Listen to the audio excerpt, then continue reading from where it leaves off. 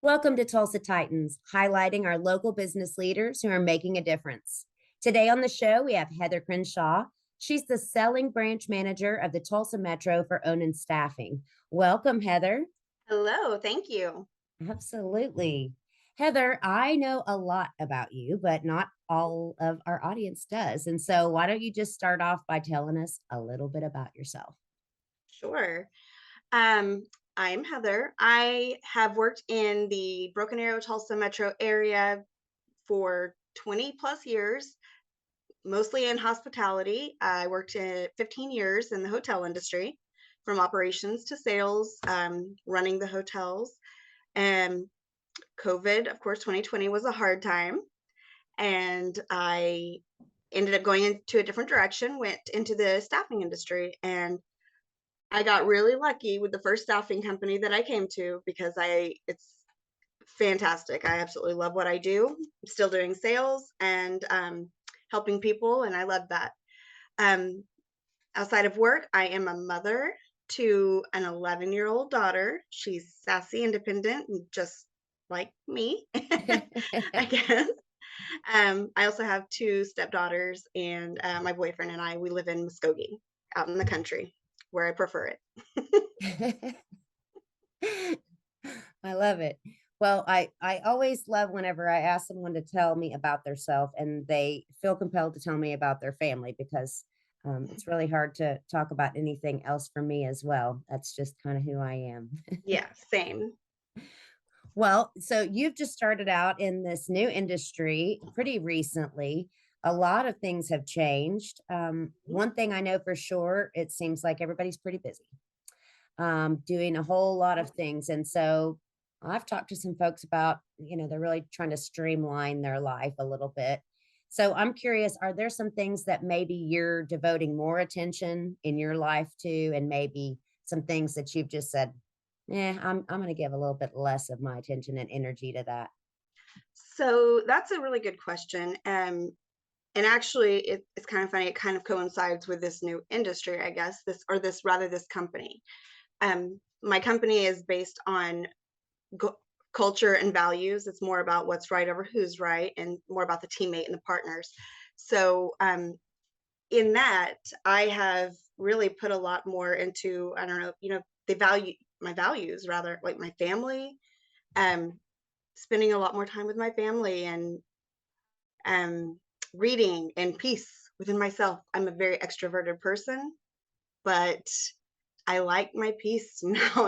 I like to just be a little homebody, and so I have been spending a lot more time doing that, focusing on my health and wellness a little bit, trying to. Mhm. Protein's hard for me, but I'm working on it. That's a hard one for me too. um, and I have Facebook. I'm probably not doing that as much, leaving that for more for my daughter, putting pictures of her up. But I really just trying to get away from, I don't know, the crazy, Mhm. and more peace in my life as I come into my 40s. So, Yeah. yeah. No, I completely agree. More balance, and you get to decide who you give access to, how Yes. much you want to take in through social and TV and this, that, and the other. You get to decide, and it becomes a lot easier the older you get, I think. Yes. And the further away I live as well. This does help. This helps actually, right? Well, you've been very successful, so I'm sure that you have some habits, some daily habits. Every person that I talk to that's in a position like yours professionally has some habits, either daily, weekly, something they do routinely. What kind of habits do you have that you think make you more successful? um, Living so far away, I just meditation kind of, or I don't know, not listening to music, not listening to anything has just really helped me. I like to do that, especially in the mornings on my drive. I have a 45-minute drive to an hour, and I just clear my head. It just kind of gets me ready for the day. I'm not listening to anything. I take calls if I have to, but it just really clears my head. And lists. I make lists every day. Like, so I know what I'm doing for that day, maybe for the week. I live and die by my planner. My regional manager had us get a planner. It's the Clever Fox. You can get it on Amazon. Awesome. And Checking it it's out. really fantastic. It helps you kind of like lead your personal and business life and goals, and I live and die by it. So meditation, lists, my planner, these are the things that I do. I look at daily or weekly for sure. Ab Absolutely, and you get a lot of pride by, marking something off that list or putting I a really gigantic do. checklist. I do Pens. too. I get colored pens. I have so many pens. Yeah, it's fun for me. And when I see a sale on like highlighters, I'm like, oh, It's you know what I ridiculous. can do? Yeah. I'm the same way. I'm the same way. I like that. I like Yep. that. So, social media in general has really changed the way that a lot of companies sell their products and goods, right? Mhm. Anywhere from a salesperson using social media to just the company in general using social media. It could be LinkedIn, it could be Facebook. There are a lot of different ways. What's the impact been on your business? I mean, I have my own suspicions about what LinkedIn might do for a staffing company, but you tell me, how does that work for you guys? Well, social media is actually huge for us. We Mhm. use all realms. I mean, TikTok, um, Facebook, and yeah, LinkedIn, of course. As a salesperson, um, most of all, I am like a stalker at heart. So, Google and LinkedIn are like my favorite things to use, as well as Zoom info. But social media is huge for a staffing agency. Like everybody's on social media. If I knew how to use Twitter, I would get a Twitter. But some of our branches do little TikTok dances and TikToks, and we just we try to make different kinds of you can put job posts. We anything we do, anywhere we go, we just take pictures and post them. First, our company is a debt-free company, so really all of Wow. our revenues, everything we do, our owners are trying to see how we can recruit better or how we can get our name out there more. Mhm. So, of course, social media is one of the easiest, one of the biggest assets for us, for sure. Yeah, absolutely. Wow, that is amazing. That's great to hear. A debt-free company, that's not something that you hear about too often. Yeah, it's our pride and joy. Something to be proud of for sure, for sure. Definitely. Now, sometimes, we just happen to get really lucky as salespeople and fall into a sale, right? Or maybe we get a great referral from somebody and that Hmm. just happens to be one of those wins. But what do you think about those, or advice? Let me ask you this. What advice do you have for other sales professionals who are just trying to see the finish line, but understanding this is not a sprint all the time, right? Right. This is a long game sometimes. What's your advice, or how can you help us to deal with that? Actually, Don't give up. No, sales is hard. Operations was my love for the first 10 years. I was in hospitality, and then I went into the sales role, and I did not think I could do that very aggressively. And so the first year was hard, of course, but really persistence is what it is. It's not easy. Sales, it's very unlikely you're going to walk into an office and they're going to be like, "I've been waiting for you." But um most of them will definitely listen to you, and then they'll give you another meeting and then another meeting, and then usually the fourth or fifth time you might get your tour. And every account I've gotten has been months in the making. um in fact, I actually just got an account a few weeks ago that I have been working on since I've been here, which was April 2021. It's been a target account for me, and I have hit or miss. I've talked to her off and on. um I had one meeting with her. I was able to get one meeting in with her, and then I kind of moved into my transition as a selling branch manager in late June, and I was unable to like connect back with her. It was just she was busy, I was busy, yeah. and then a few weeks ago, she randomly just said, "Hey, um, I want a contract." A year and a half in the making, Well, like yeah, it just don't give up and don't take no. I mean, they need you whenever you have a good product, whenever you're selling. Continue that relationship, maintain that relationship, even if you don't have to sell every time you go there. um just check in. They're going to remember you. mhm. Make the experience memorable, make it an experience. Yeah. And they're going to remember you. And then, when you actually do another actual sales call a few months down the line or so, maybe they'll need you. They're not going to be without staff or not need you for too long. So persistence has been my win, I guess, since I I've been think here. Sure. that's great advice. That's great advice. Keep on keeping on, right? Yeah, absolutely. So, with things being different and things being hard, like you just mentioned in sales, besides, persistence, what Mhm. other advice do you have for sales executives? So sales is all relationship driven. I have worked with a lot of people who don't think they're salespeople because they can't take the no. If it's not going to go their way, they can't take it. Yeah. That's part of it. It just is. Just go and try to build the relationship first. Like that's what you're gonna have to do. You don't go in and say, "Hey, I have something you're gonna want." That just no, it's off Mm. putting. Yeah.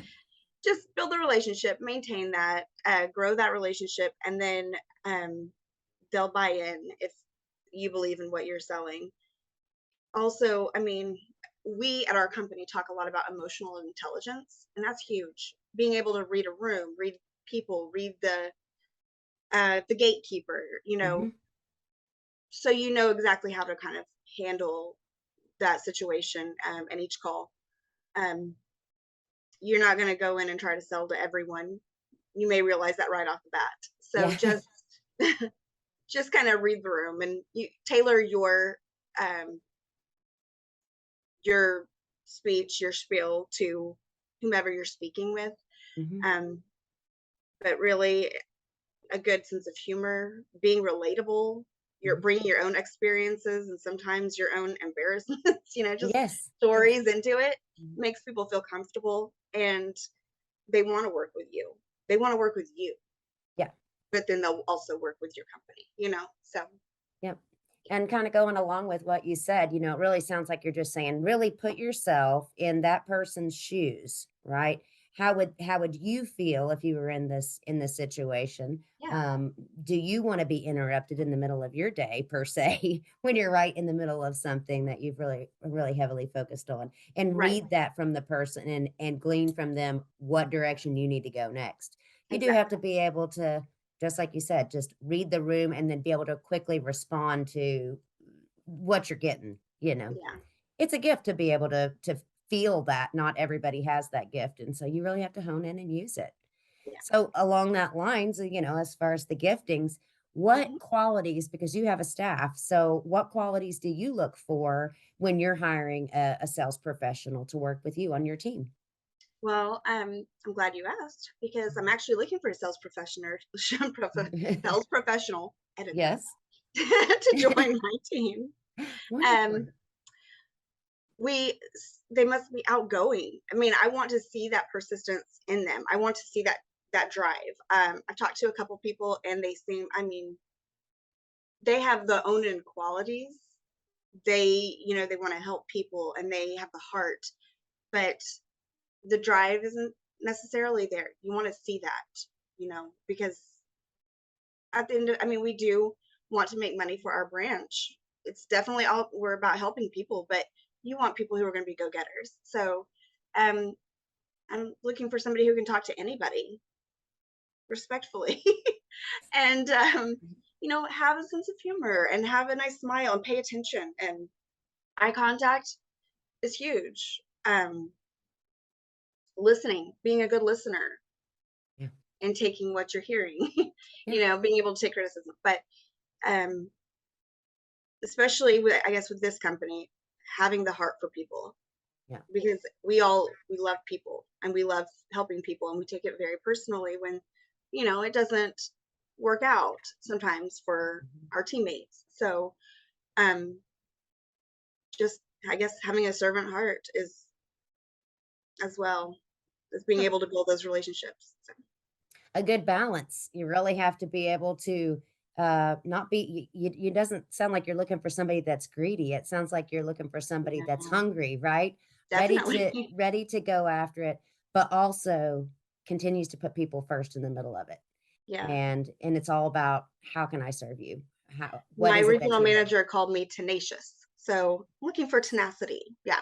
Absolutely. That sounds like a good quality. Yeah. Well, one more question, Heather. I know Mhm. that a lot of our viewers listen to or read books. Some of them listen to books also.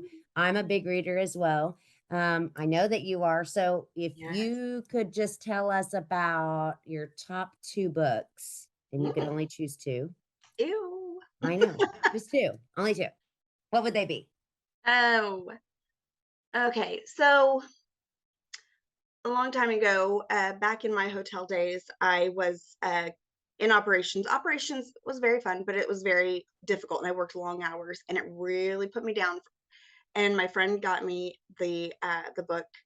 Um, what is it called? It was starts with The Secret. Oh, yes, I've heard of I that. love I loved it. It really changes the way you think. It makes you think positively, manifesting uh, things better in your life and what you want. And honestly, I that's how I live my life since then, and that was 15 years ago. So that would be a definite, just because that'll help me in life. Two books, Crystal. Yeah. anything, anything from Nicholas Sparks or Elin Hildebrand, because they really transport me to where they are, which is on the East Coast. And that's not where I want to be right now, but that is where I want to be sometime. That sounds like a fun place to be. Yes, I North Carolina. Nicholas Sparks writes all of his books in North Carolina, and Elin Hildebrand is on Nantucket. It's where she lives. It's where she writes, and it sounds beautiful. So I want Well, to go now there. I want to be there. So now we all want a vacation. I want to go to there. Yes. I want to go to there too. Yeah. That sounds awesome. Well, I want to make sure that if anybody can wants to reach out to you that they can. So, Heather, if anybody wants to get in touch with you, what is the best way for them to do that? Um, Call or text my cell as 918-282-4706, or email is hcrenshaw@oninstaffing.com. Perfect. Awesome. And so, everyone, thanks again. This is Crystal Horton, account executive for New Wave Solutions. Heather, it's awesome to have you on. Thank you. Thank you so much for having me. Mhm.